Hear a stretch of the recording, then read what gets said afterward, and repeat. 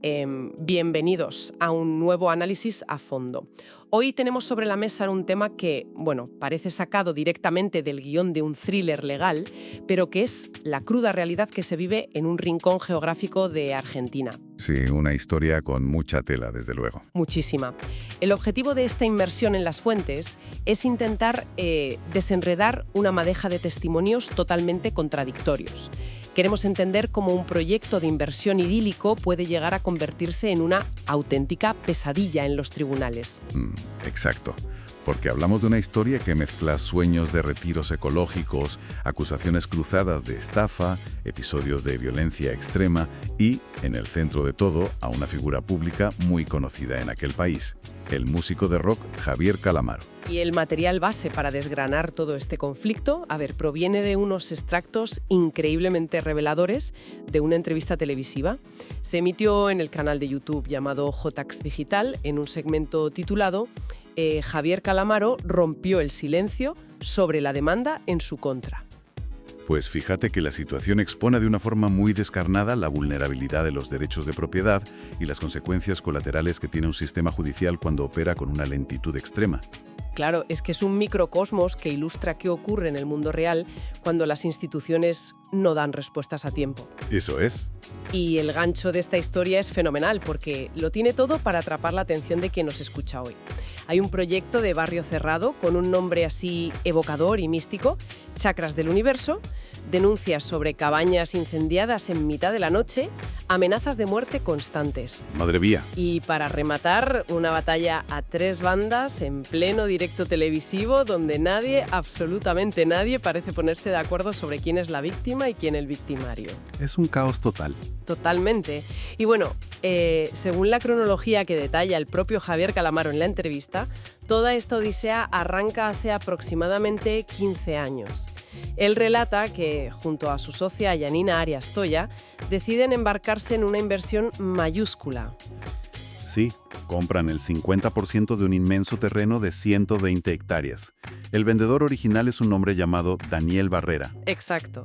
Pero antes de avanzar, creo que hay que detenerse en un par de detalles fundamentales de esa configuración inicial, ¿no? Sí, primero, el perfil de la socia. Calamaro menciona que Yanina proviene de una familia de martilleros públicos en la provincia de Córdoba. Que es un término muy específico de allí. Claro. Para contextualizar a la audiencia en España, la figura del martillero público en Argentina equivale a lo que aquí entenderíamos como un corredor inmobiliario oficial o un subastador con matrícula. O sea, alguien con potestad legal para tasar propiedades y actuar de intermediario. Eso es, alguien que conoce el terreno. Esta presencia aporta, al menos en la versión del músico, un aura de conocimiento técnico del mercado local. Y segundo, la escala geográfica, que no es moco de pavo. Ya, es que 120 hectáreas. 120 hectáreas en el interior de la provincia de Córdoba no es una simple parcelita en las afueras de una ciudad. Estamos hablando de extensiones enormes, zonas de sierras, a menudo con un aislamiento geográfico considerable. Lo cual es vital para entender cómo se desarrolla la usurpación más adelante, claro. Efectivamente. Esa magnitud explica el volumen de la inversión inicial que Calamaro afirma haber realizado. Porque, para ilustrar que no era un simple proyecto dibujado en una servilleta, el músico da detalles muy específicos sobre el capital inyectado. Sí, habla de cifras importantes. Afirma haber invertido todos sus ahorros de aquel momento, una suma que él cifra en más de $100.000. Y, según sus palabras, ese dinero se destinó a infraestructuras reales y tangibles para ese futuro paraíso llamado Chakras del Universo. Y ojo que habla de la instalación de kilómetros de alambrados perimetrales y del montaje de una subestación eléctrica para garantizar el suministro de luz. Que no es poca cosa. Que va a instalar una subestación eléctrica no es clavar 4 postes de madera en el campo y ya está. Claro, requiere burocracia. Muchísima. Requiere permisos gubernamentales, planos técnicos firmados por ingenieros, inspecciones municipales y una interacción directa con la red eléctrica provincial. O sea, que si esa inversión está documentada, es una prueba material muy robusta. Exacto. De que el terreno no estaba abandonado, que suele ser el argumento principal de cualquier ocupación irregular de buenas a primeras. Ya, pero en los contratos y en el desarrollo inmobiliario, la transición de titularidades suele ser el talón de Aquiles. Y aquí es donde la fuente señala el punto de inflexión brutal del conflicto. La muerte del vendedor original. Eso es, el fallecimiento de Daniel Barrera. Esto lo cambia todo, porque entra en escena su hijo, Jorge Barrera. Y es este relevo generacional el que dinamita la estructura del acuerdo inicial, ¿verdad? Totalmente. Calamaro relata con evidente frustración ante las cámaras que este hijo no solo desconoce los acuerdos previos firmados por su padre, sino que procede a ejecutar una usurpación total y sistemática del lugar. ¡Ostras! Toma el control físico de la totalidad de las 120 hectáreas. Pero la audacia de la maniobra, según la denuncia que hacen, va mucho más allá de simplemente poner un candado en la puerta y no dejar entrar a nadie. No, es que sobre esas tierras supuestamente usurpadas, Jorge Barrera construye instalaciones de ocio. Alucinante. Monta un campo de paintball y abre un restaurante. Es que es un descaro tremendo. Bueno, esto demuestra una explotación sistemática de los vacíos legales que se generan durante los procesos de herencia. Claro, el famoso limbo. Exacto. Cuando el titular original fallece, suele haber un periodo de transición, un limbo jurídico mientras se tramita la sucesión de los bienes a los herederos. Y quien ocupa el terreno físicamente en ese impasse tiene una ventaja táctica enorme. Y la transición conceptual del proyecto es que es brutal. O sea, se pasa de una visión espiritual, un retiro natural sugerido por lo de chakras del universo, A pegar tiros de pintura. exactamente, a una explotación comercial puramente lúdica. Pero fíjate, desde la perspectiva del análisis del conflicto, montar un restaurante y un campo de paintball requiere visibilidad.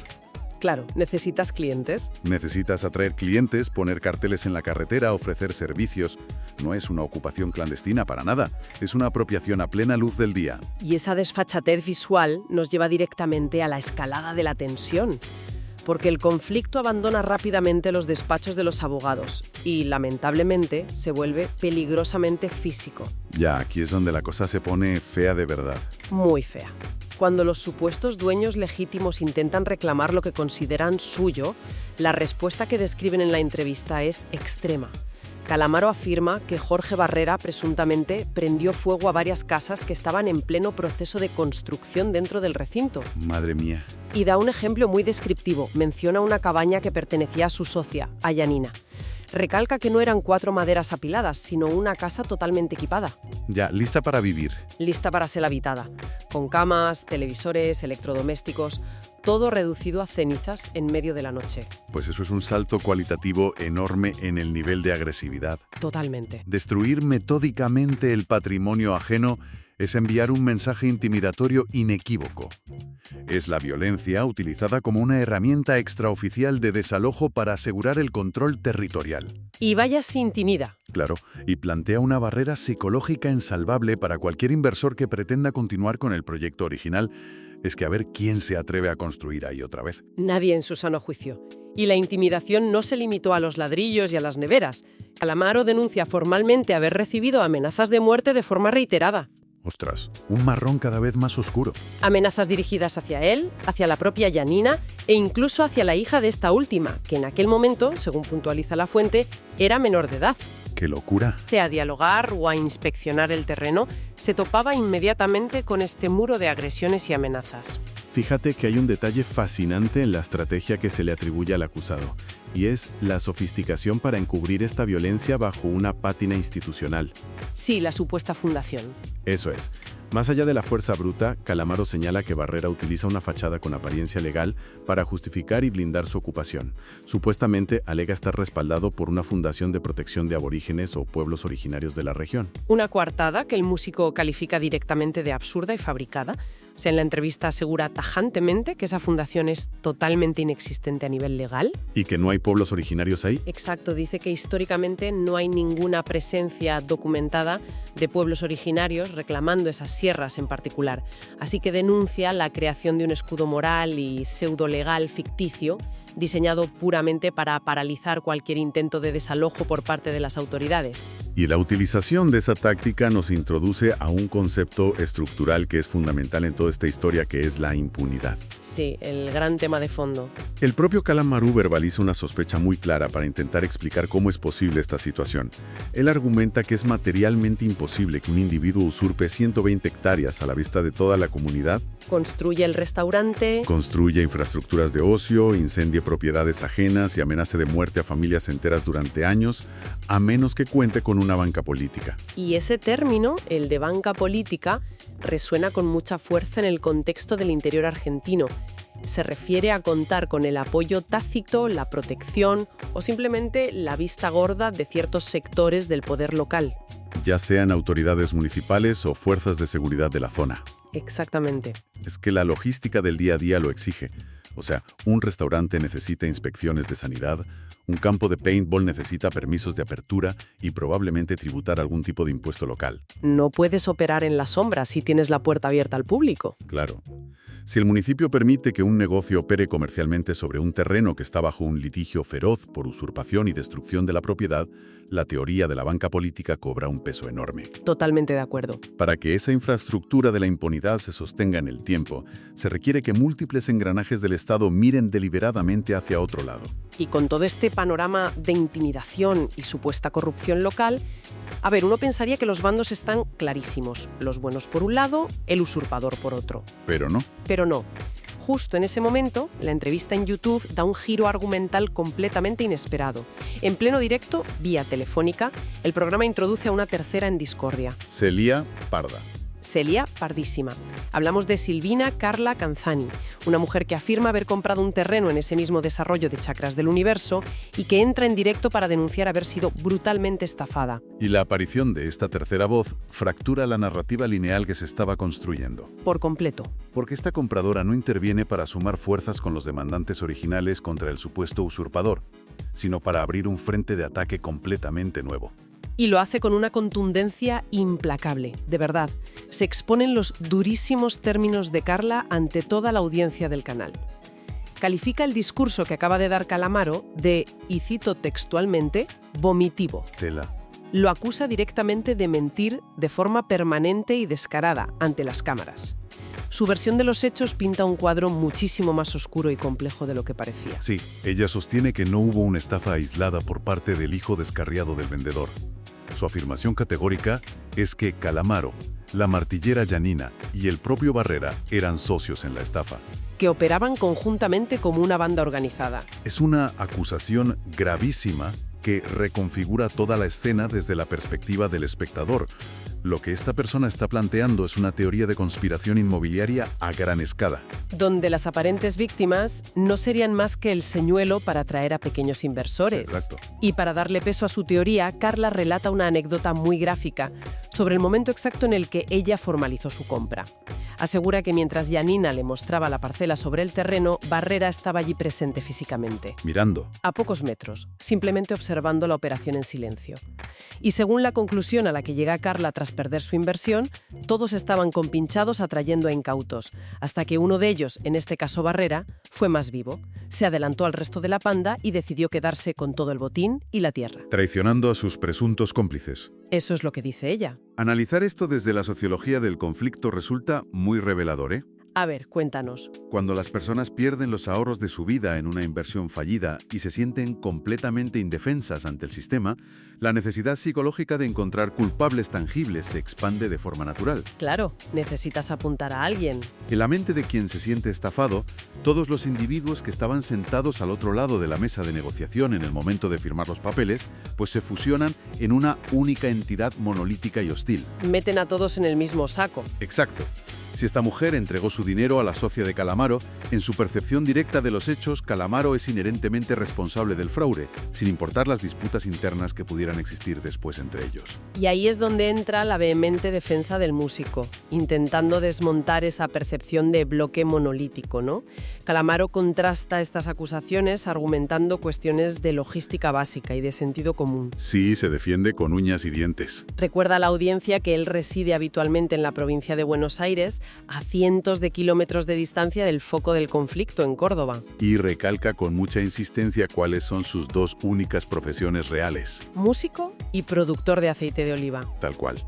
Hace hincapié en que no tiene absolutamente ninguna relación profesional ni la ha tenido jamás con el sector inmobiliario. Se retrata a sí mismo como un inversor más, o sea, alguien ajeno a las leyes de la compraventa, que simplemente puso sus ahorros y su confianza en manos de su socia experta en el tema. La defensa de Calamaro introduce un elemento analítico muy interesante sobre la dinámica de los medios de comunicación. Sí, el tema de la fama. Cuando el presentador le pregunta por qué cree que esta compradora dirige toda su ira y sus acusaciones públicas hacia él y no hacia los demás implicados, el músico apunta al factor de la fama, en efecto. Responde sin titubear que Carla le dispara a él simplemente porque es un personaje público. Es que es el blanco fácil. Claro, argumenta que a nivel de impacto mediático, pues es infinitamente más rentable y llamativo acusar a un cantante de rock reconocido a nivel nacional que intentar escrachar en televisión a una corredora inmobiliaria anónima de una provincia del interior. Y hay que reconocer que ese argumento tiene un sustento empírico muy sólido en el funcionamiento de la televisión moderna. La fama actúa como un potente catalizador para los reclamos de la ciudadanía. Totalmente. Cuando los canales legales y burocráticos están completamente atascados, las víctimas de cualquier tipo de injusticia buscan generar presión mediática como única palanca disponible para obligar a las instituciones a reaccionar. Es que no les queda otra. Y para que las cámaras de televisión presten atención a un conflicto de tierras a cientos de kilómetros de la capital, se necesita un rostro conocido. Un cebo para la audiencia. Independientemente de la culpabilidad o inocencia contractual que pueda tener Calamaro en los tribunales, su estatus de figura pública lo convierte de facto en el blanco perfecto. Claro. Para que el reclamo de esta compradora consiga valiosos minutos de aire a nivel nacional. Es una táctica de visibilidad desesperada, pero que en términos de audiencia suele funcionar. Y funcionó a la perfección, porque el nivel de atención sobre el segmento fue altísimo. Pero la televisión en directo siempre guarda sorpresas para alimentar la tensión y aquí el formato del programa juega sus cartas. Ah, el momento del contrato. El momento del contrato, exacto. En medio de este tenso cruce de acusaciones y defensas, ocurre un giro que busca arrinconarlo por completo.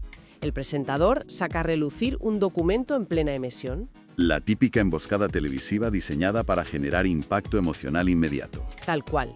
Introduce la lectura de un contrato donde Javier Calamaro figura explícitamente con la palabra socio, escrita en mayúsculas, justo al lado del nombre de Jorge Daniel Barrera. Mostrar un documento escrito en pantalla siempre crea la ilusión óptica de tener la verdad absoluta frente a los testimonios orales que de repente parecen como endebles o defensivos, ¿verdad? Claro, la presión en ese instante es máxima.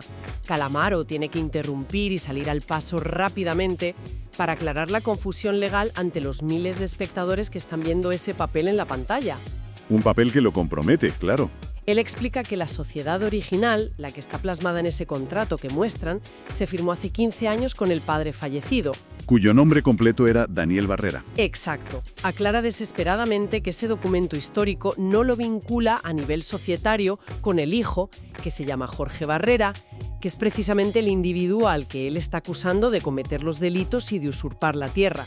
Es que es una coincidencia de apellidos y herencias que embarra aún más el debate público. Muchísimo, y genera una neblina de desinformación casi imposible de disipar en unos pocos minutos de televisión. Fíjate que ese instante con el documento subraya lo increíblemente complejo que puede volverse el rastro de papel en estos litigios. Es un laberinto. Un nombre que se repite entre padre e hijo, o el hecho de que un heredero asuma la posición legal de un difunto en un contexto geográfico aislado, es material suficiente para crear un laberinto de malentendidos.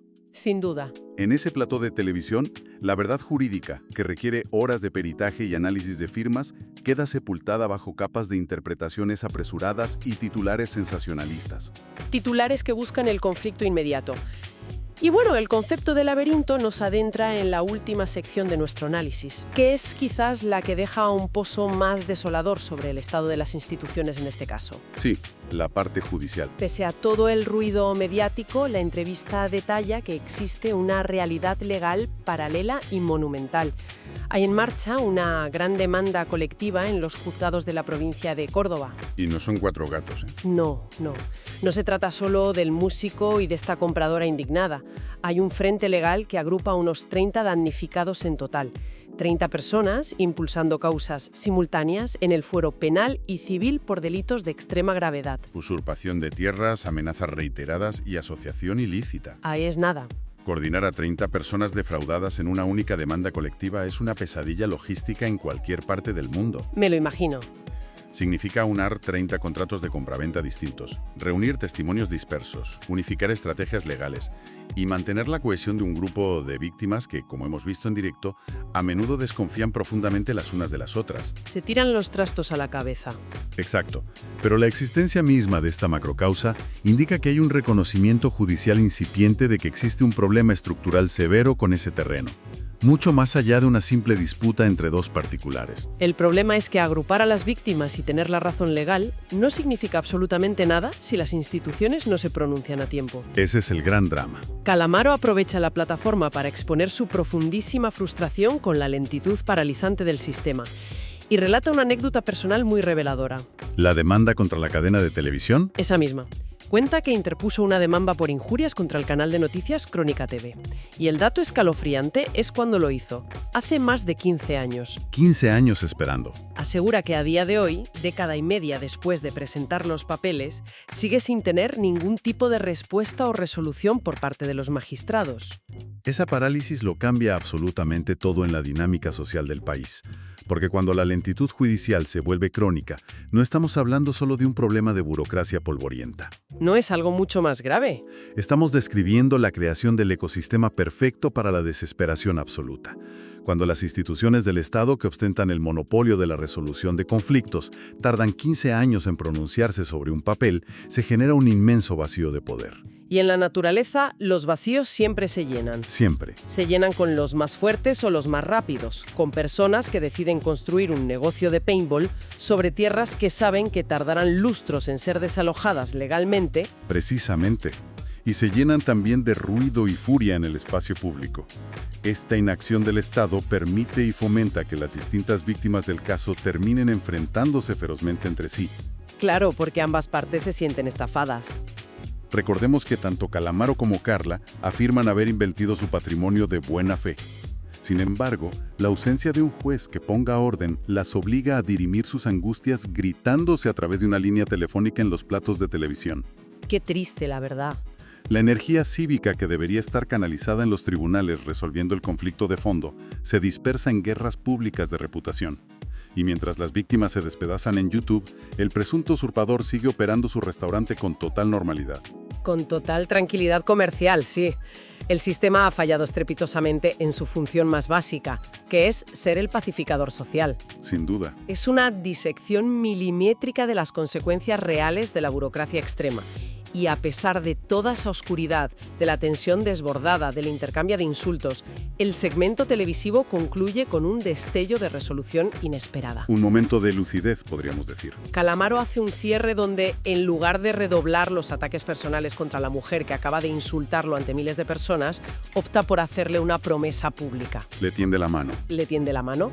Se compromete directamente con Carla a que, cuando él y su socia ganen esa macrodemanda colectiva, algo de lo que él asegura estar totalmente convencido, ella también va a recuperar su parcela. Le garantiza que los 30 afectados volverán a tener el control de sus tierras. Incluyéndola a ella a pesar de los duros desencuentros. Es un cierre que denota un intento desesperado por reunificar el frente de las víctimas.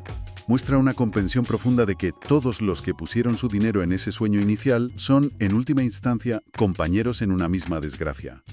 Víctimas colaterales. Víctimas de un vacío legal inmenso y de la acción oportunista de terceros que supieron leer los tiempos lentos de la justicia mejor que nadie. Ha sido una inmersión sumamente compleja y llena de aristas. A modo de síntesis de todo este material que hemos analizado, ¿qué concepto central podríamos extraer para llevarnos hoy? Si tuviéramos que destilar este caso, diría que es el ejemplo paradigmático de lo dolorosamente frágil que puede ser la línea divisoria entre una inversión comercial legítima, una estafa a múltiples bandas y una usurpación física del territorio. Es una línea finísima. Nos enseña que cuando el sistema legal, que es la única red de seguridad diseñada por la sociedad para proteger la propiedad, falla en actuar con celeridad, los conceptos mismos de verdad y de justicia se desdibujan por completo. Quedan en papel mojado. Y en ese escenario de niebla institucional, los individuos quedan abandonados a su suerte, a merced de la ley del más fuerte o del más astuto a la hora de manipular los resortes del poder local. Una conclusión que invita a una reflexión muy seria sobre el funcionamiento de nuestras estructuras sociales. Y para cerrar nuestra exploración de hoy, queremos dejar una idea flotando en el aire. Adelante. Un pensamiento que va más allá del caso concreto de Córdoba, para que quien nos acompaña hoy lo analice y le dé vueltas desde su propia perspectiva.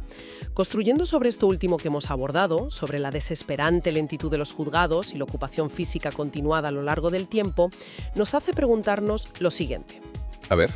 Si el sistema legal de un país tarda 2 décadas en reconocer y dictaminar mediante un sello a quién le pertenece legalmente un pedazo de tierra, y mientras ese reloj de arena avanza de forma implacable, otra persona completamente distinta ocupa ese terreno, construye cimientos, levanta un negocio, interactúa con la comunidad y lo explota comercialmente día tras día.